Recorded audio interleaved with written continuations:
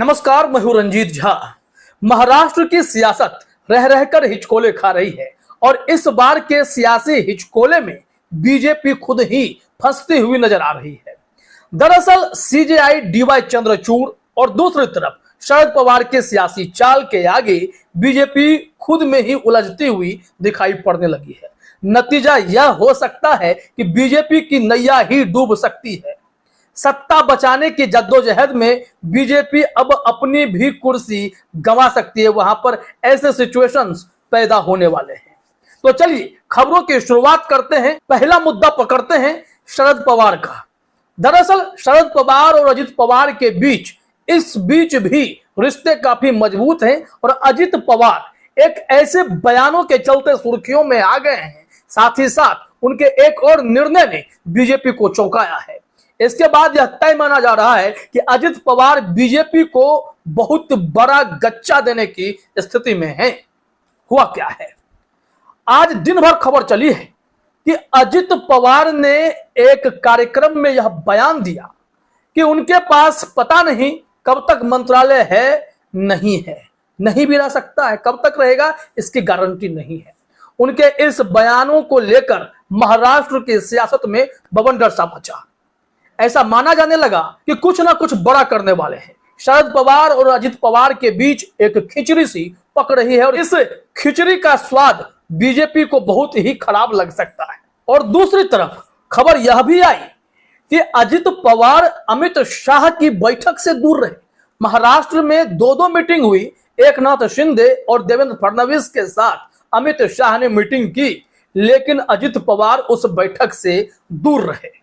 इसका असर क्या होगा यह भी हम आपको बताने जा रहे हैं। दरअसल अजित पवार के लिए शरद पवार के पास लौटने के अलावा कोई और विकल्प बचा नहीं है।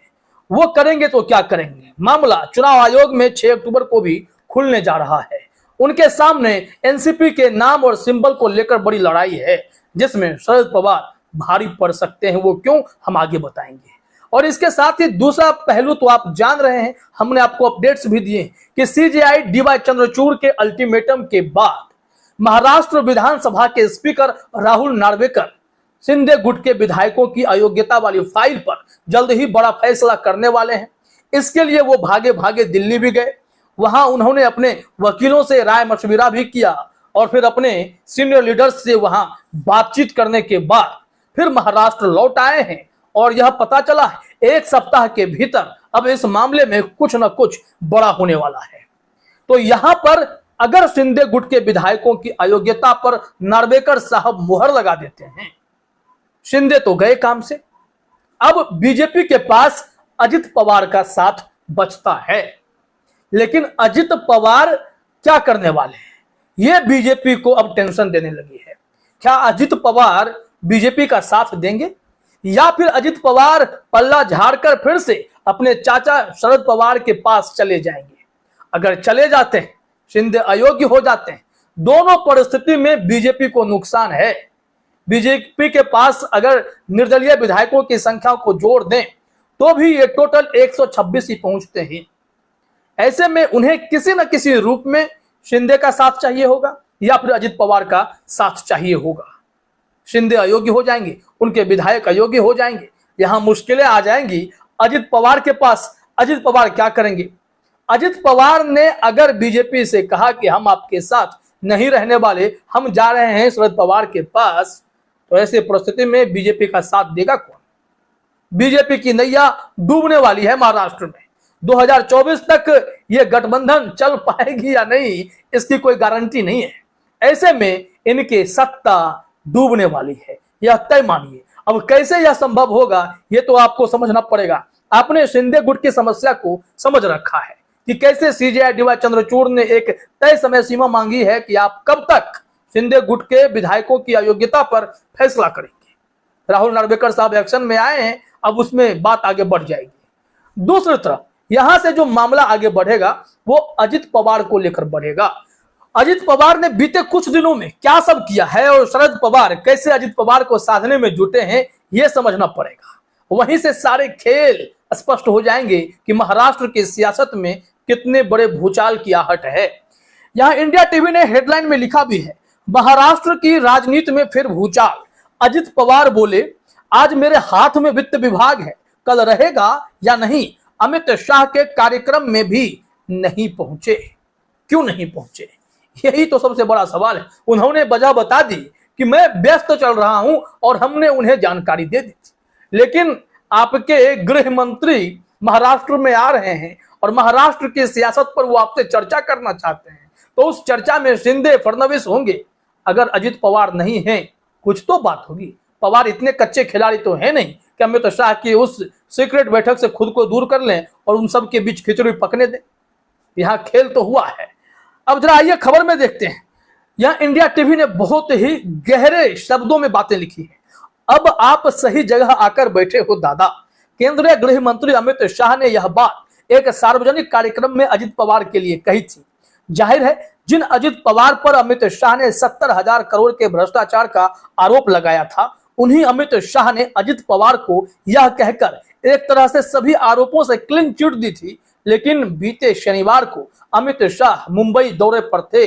उस वक्त अजित पवार की वहां गैर मौजूदगी कई सवाल खड़े कर रही है। यहां इंडिया टीवी ने जानकारी दी है कि मुख्यमंत्री एकनाथ शिंदे, उप मुख्यमंत्री देवेंद्र फडणवीस दोनों अमित शाह के साथ कार्यक्रम में उपस्थित थे। लेकिन ठीक उसी वक्त अजित पवार बारामती में पूर्व नियोजित बाजार समिति सालाना कार्यक्रम में व्यस्त थे। इस कार्यक्रम में अजित पवार के बयान ने सरकार में उनके बने रहने के भविष्य पर भी सवाल खड़े कर दिए। बारामती में अजित पवार ने जनता को संबोधित करते हुए कहा, ठीक है, आज मैं सरकार में हूं, मंत्रिमंडल में हूं, मेरे हाथ में वित्त विभाग है, इसलिए उसका फायदा हमें होता है। लेकिन कल ये रहेगा या नहीं पता नहीं, कल किसने देखा है। उन्होंने यह बातें जब कही, तभी से यह चर्चाओं का बाजार गर्म हो गया कि अजित पवार क्या पलटी मारने वाले हैं। क्या अजित पवार इस कैबिनेट में खुश नहीं है? क्या इस गठबंधन में वो अब सांस नहीं ले पा रहे हैं? सत्ता पलटने वाली है क्या? कुछ तो बड़ा होने वाला है। अब यहां से आगे आइए, यहां बताया भी गया है, क्या ये अजित पवार की सियासी बेचैनी है? यहां इंडिया टीवी ने लिखा है कि अजित पवार के सरकार में शामिल होने के बाद मुख्यमंत्री एकनाथ शिंदे और उनके सहकारियों की नाराजगी किसी से छुपी नहीं है। सीएम शिंदे हो या उनके सहकारी मंत्री और विधायक साफ तौर पर नाराजगी व्यक्त करते नजर आए। महाराष्ट्र सरकार की शिवसेना बीजेपी सरकार में शामिल हुए उप मुख्यमंत्री अजित पवार के इस बयान से उनकी बेचैनी साफ दिखाई पड़ रही है। क्या सरकार में शामिल होने के बाद भी अजित पवार को मनचाहा काम करने का या फिर वो वादे किए गए थे वो पूरे ना हो पाने की वजह से यह बेचैनी सामने आ रही है? लेकिन यहां पर अजित पवार सफाई तो दे रहे हैं। अब दूसरी तरफ जयंत पाटिल ने ऐसी बात कह दी है कि अजित पवार कुछ तो करने वाले हैं, अजित पवार अलर्ट हैं, इस बात की उन्हें खुशी है। जरा देखिए यहां पर क्या बताया जा रहा है कि अजित पवार के बयान के बाद महाराष्ट्र की सियासत गरमा गई।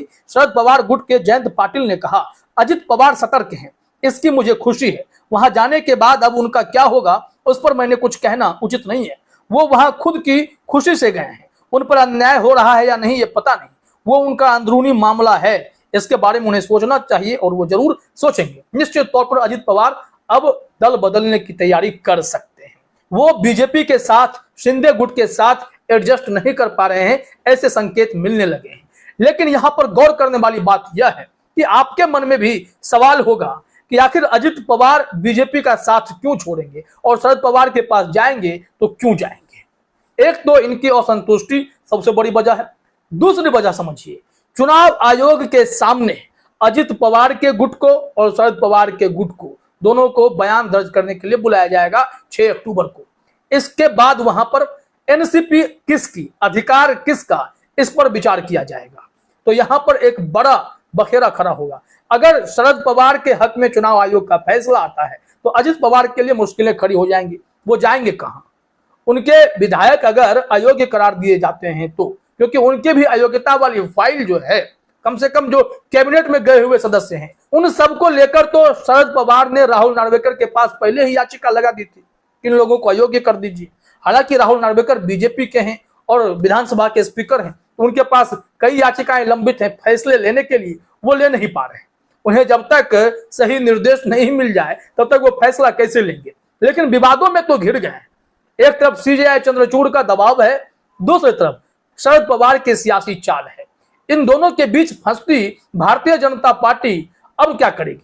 क्योंकि अगर शिंदे के विधायक अयोग्य घोषित हुए तो बीजेपी के लिए वैसे टेंशन है, अगर अजित पवार से पार्टी का नाम और सिंबल छिन गया तो अजित पवार के लिए टेंशन है। और अगर अजित पवार इन सब के बावजूद शरद पवार के पास चले जाते हैं तब भी बीजेपी अकेली पड़ जाएगी। तो तमाम स्थिति में बीजेपी की ही नैया डगमगाएगी। बीजेपी इस स्थिति में नहीं है कि अकेले दम पर महाराष्ट्र में सरकार टिका के रख सके। सरकार 24 से पहले गिर सकती है, ऐसी आशंकाएं प्रबल हो गई हैं, यह तय मानिए।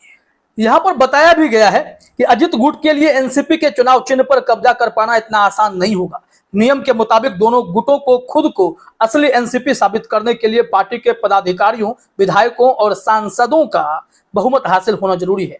केवल बड़ी संख्या में विधायकों का सपोर्ट हासिल होने भर से पार्टी पर किसी का अधिकार साबित नहीं हो जाता। चुनाव आयोग सांसदों और पदाधिकारियों के समर्थन को भी ध्यान में रखते हुए यह फैसला देगा। तो फिर अजित पवार फंस गए।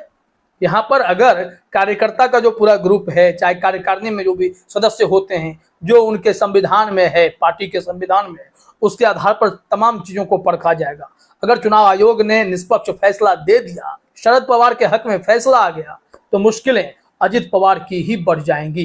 तो अजित पवार मुश्किलें बढ़ाना नहीं चाहेंगे और महाराष्ट्र विधानसभा स्पीकर राहुल नार्वेकर के ऊपर सीजेआई चंद्रचूड़ सुप्रीम कोर्ट का इतना बड़ा दबाव है कि उन्हें कोई ना कोई बड़ा फैसला लेना पड़ेगा। अगर राहुल नार्वेकर शिंदे को अयोग्य करार दे देते हैं उनके खेमे को, तो फिर बीजेपी कहीं की नहीं रह जाएगी। फिलहाल इस वीडियो में इतना ही। आप सभी का हमसे जुड़ने के लिए बहुत बहुत धन्यवाद।